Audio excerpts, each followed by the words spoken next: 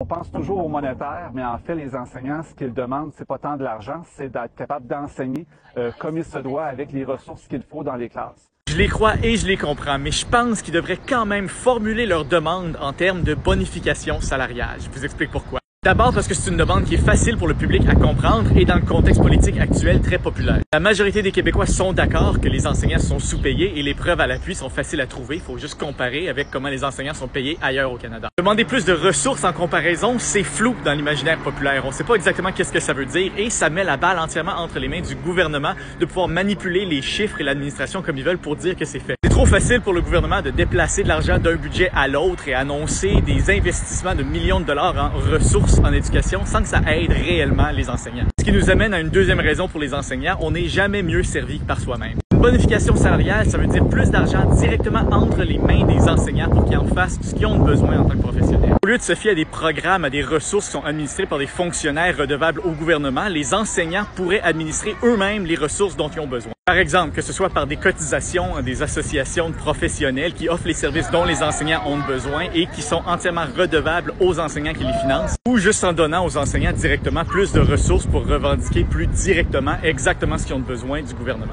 Finalement, demander des augmentations salariales, ça contribuerait à changer la culture qu'on a autour de l'enseignement, particulièrement à briser l'idée de la vocation. La culture de la vocation, c'est l'idée que les enseignants sont motivés par une espèce d'appel moral qui transcende les besoins économiques. Ça vient de notre passé culturel catholique quand la plupart des enseignantes étaient des sœurs qui avaient fait vœu de pauvreté et qui cherchaient souvent à se martyriser pour leur cause. C'est pas pour rien qu'il y a beaucoup d'enseignants qui critiquent et même rejettent la culture de la vocation et présenter ces revendications en termes salariaux, ça pourrait contribuer à changer cette culture-là. Aux enseignants qui m'écoutent, j'ai énormément de respect pour ce que vous faites et vous savez mieux que n'importe qui d'autre ce dont vous avez besoin. Et à tous les autres, j'espère qu'on va se rappeler qu'une société qui valorise pas l'éducation, particulièrement de ses enfants, est une société qui valorise pas son propre avenir.